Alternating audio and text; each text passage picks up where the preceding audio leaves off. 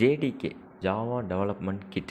இந்த நேம்லேயே அதோட மீனிங்கும் இருக்குது. ஒரு ஜாவா ப்ரோக்ராமே சரி, அந்த ஆப்லெட்டே சரி, அதை டெவலப் பண்ணுறதுக்கு யூஸ் ஆகிற ஒரு பிளாட்ஃபார்ம் தான் Java development kit.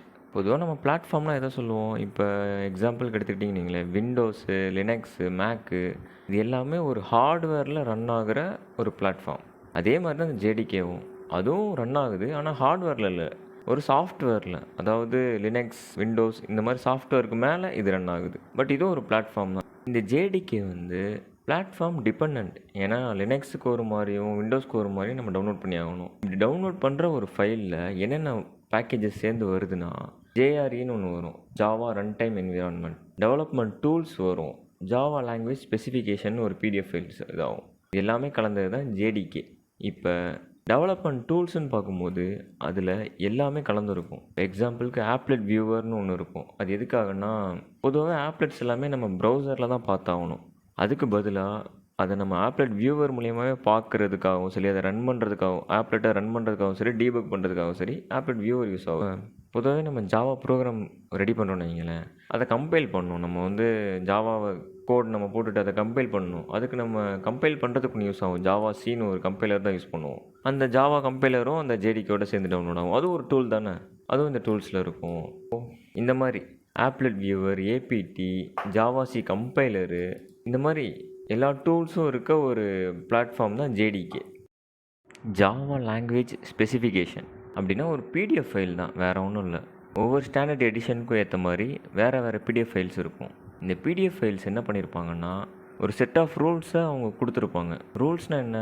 Syntax and சிமான்டிக்ஸ்னு சொல்கிறாங்க. சின்டாக்ஸ்னால் என்னென்னா, நம்ம ஒரு ஜாவா கோட் எழுதுகிறோன்னா அதில் எப்படி ஒரு கோடை எழுதணும்னு சொல்கிற ரூல்ஸ் எல்லாம் சொல்கிற கிராமர் தான் சின்டாக்ஸ். அப்புறம் அதை எழுதுனா அதுக்கான மீனிங் என்னன்னு சொல்கிறது தான் சிமான்டிக்ஸ். அதாவது மீனிங்கை சொல்கிறது சிமான்டிக்ஸ், சின்டாக்ஸுங்கிறது அது கிராமர். இப்போ எக்ஸாம்பிளுக்கு நம்ம ஃபார் லூப் எடுத்துட்டோன்னு வைங்களேன், நம்ம ஸ்டார்ட்டில் இனிஷியேட் பண்ணணும் ஒரு வேரியபிளை, அதுக்கப்புறம் ஒரு கண்டிஷன் போடுவோம், அதுக்கப்புறம் இன்க்ரிமெண்ட் கொடுப்போம். இந்த செட் ஆஃப் ரூல்ஸை கொடுக்குறது தான் சின்டாக்ஸ். அதுக்கான மீனிங்கை சொல்கிறது தான் சிமான்டிக்ஸ். இது எல்லாமே இந்த ஜாவா லாங்குவேஜ் ஸ்பெசிஃபிகேஷன்ற PDFலாம் அவங்க கொடுத்துருக்காங்க.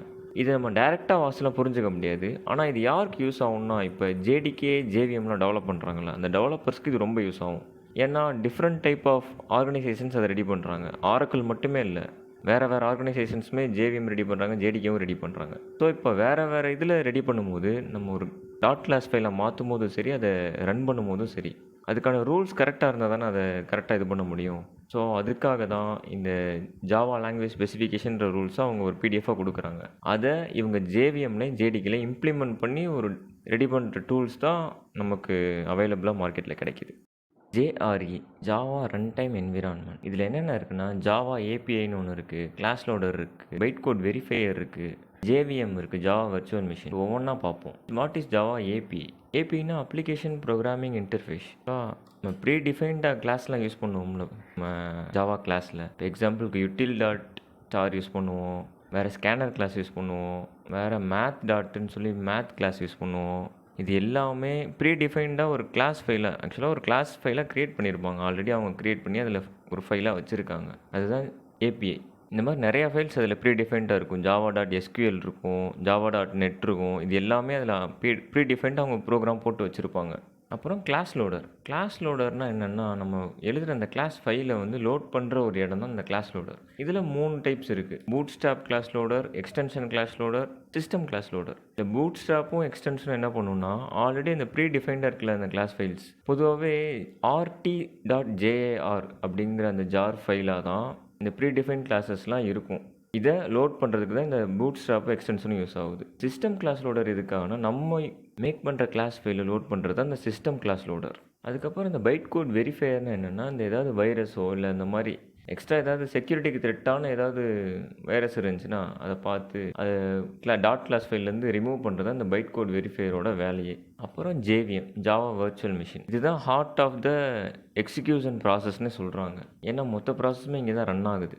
JVMஐ நம்ம என்னென்னு பிரிக்கலாம்னா, class loader subsystem, run time data areas, execution engine, native method interface, Java native libraries, operating system பிரிக்கலாம். இல்லை கிளாஸ் லோடர் பற்றி நம்ம பார்த்துட்டோம். இப்போ இந்த ரன் டைம் டேட்டா ஏரியாஸ்னால் என்னென்னா, நம்ம ஒரு கிளாஸ் லோடரில் ஒரு கிளாஸ் லோடு ஆனோன்னு method area, heap, stack area, PC registers, native method ஸ்டாக்குன்ற ஏரியாஸ்லாம் அதில் க்ரியேட் ஆகும். இதில் இந்த மெத்தட் ஏரியானா என்னென்னா, நம்ம கிரியேட் பண்ணுற மெத்தட்ஸ் இருக்குல்ல அந்த கிளாஸில், அதுக்கான ஸ்பேஸ் தான் அந்த மெத்தட் ஏரியா.